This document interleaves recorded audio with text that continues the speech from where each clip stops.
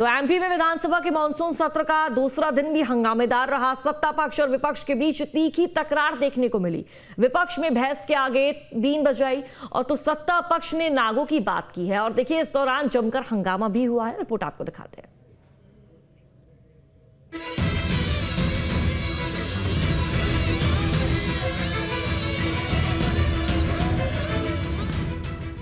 मध्य प्रदेश में मॉनसून सत्र चल रहा है। 2 दिन हो चुके हैं और विपक्ष का हंगामा देखा जा रहा है। सत्र के दूसरे दिन विपक्ष ने सत्ता पक्ष को घेरने की पूरी कोशिश की। कांग्रेस विधायकों ने खाद की किल्लत और रोजगार समेत कई मुद्दों पर प्रदर्शन किया। इस दौरान कांग्रेस के विधायकों ने भैंस के आगे बीन बजाकर सरकार पर तंज कसा। सरकार एक भैंस की तरह हो गई है। भैंस के सामने बीन बजाओ, कभी भैंस नहीं सुनती। हम बीन के रूप में जनता की आवाज उठा रहे। किसान को खाद नहीं मिल रहा, बिजली नहीं मिल रही, आप युवाओं को नौकरी नहीं मिल रही, संविदा शिक्षक को भर्ती नहीं हो रही, अतिथि शिक्षक परेशान, कर्मचारी संघ परेशान, ओबीसी को आरक्षण नहीं मिल रहा, पीएससी के अंदर 13% रिजल्ट रोका जा रहा। तो ये आदिवासियों दलित के अत्याचार हो रहे।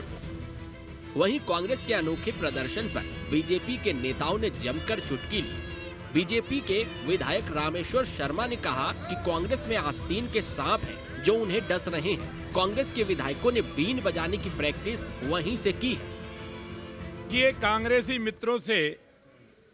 मित्रों को मेरी नागपंचमी की हार्दिक शुभकामनाएं।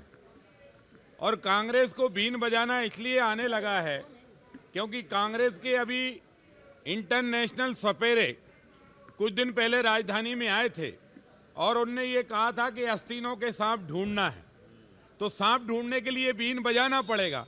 और कांग्रेस के अंदर इतने आस्तीनों के सांप हैं कि उनको ढूंढने के लिए वो बीन बजाने का प्रयत्न कर रहे हैं। मेरी ओर से पुनः उनको अपने आस्तीनों के सांपों की और नागपंचमी की दोनों की हार्दिक शुभकामनाएं। इस वाद विवाद के बीच मंगलवार को वित्त मंत्री जगदीश देवड़ा ने सदन में अनुपूरक बजट पेश कर दिया है। इस दौरान भी हंगामा देखने को मिला। सदन की कार्यवाही के दौरान कांग्रेस विधायक दिनेश गुर्जर ने आंगनबाड़ी का मुद्दा उठाया। दिनेश गुर्जर ने कहा कि आंगनबाड़ी मध्य प्रदेश में बहाल हो चुकी है। कि मध्य प्रदेश की जब शासकीय संस्थाएं जो आंगनबाड़ी हैं उनमें शौचालय नहीं है, तो आम जनता के घरों में कहाँ शौचालय होंगे। मैंने ये मांग की थी कि जहाँ शौचालय नहीं है वहाँ शौचालय बनाए जाएं, किचन गार्डन बनाए जाएं, गुणवत्ता का अच्छा भोजन दिया जाए और जो भोजन की सामग्री दी जाती है वो गुणवत्ता विहीन मुरैना में दी जाती है। अभी भी आंगनबाड़ी केंद्र मुरैना जिले में और मेरी विधानसभा में कई स्थानों पर नहीं है, वहाँ शीघ्र वहाँ व्यवस्था की जाए।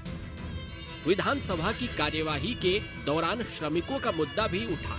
प्रश्नकाल के दौरान बीजेपी की ही विधायक अर्चना चिटनिस ने सहकारी सूत मिल लंबे वक्त से श्रमिकों के भुगतान नहीं होने का मामला उठाया। इस दौरान उन्होंने श्रमिकों को उनके भुगतान करने की बात कही। हालांकि सरकार के मंत्री चेतन कश्यप ने सहकारी सूत मिल के मामले को जल्द सुलझाने की बात कही। लगातार इस प्रकार श्रमिकों को विगत साल 1.5 साल में राहत दी और उसको देखकर मेरी हिम्मत हुई कि 25 साल से लंबित हमारा बुरहानपुर का भादरपुर सूत मिल का प्रकरण भी शायद रिवाइव हो जाए और श्रमिकों का भला हो जाए। और मुझे ये बताते हुए बड़ी प्रसन्नता है कि प्रशासन के साथ मिलकर हमारा शासन बहुत गति से उस कार्रवाई को आगे बढ़ा रहा है।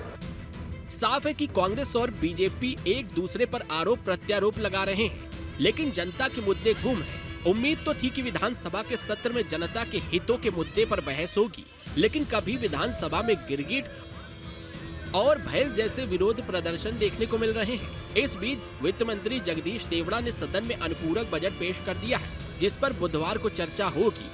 देखना होगा अब माननीय सत्र में जनहित को प्राथमिकता देंगे। भोपाल से अतुल शर्मा के साथ टीम न्यूज़ स्टेट।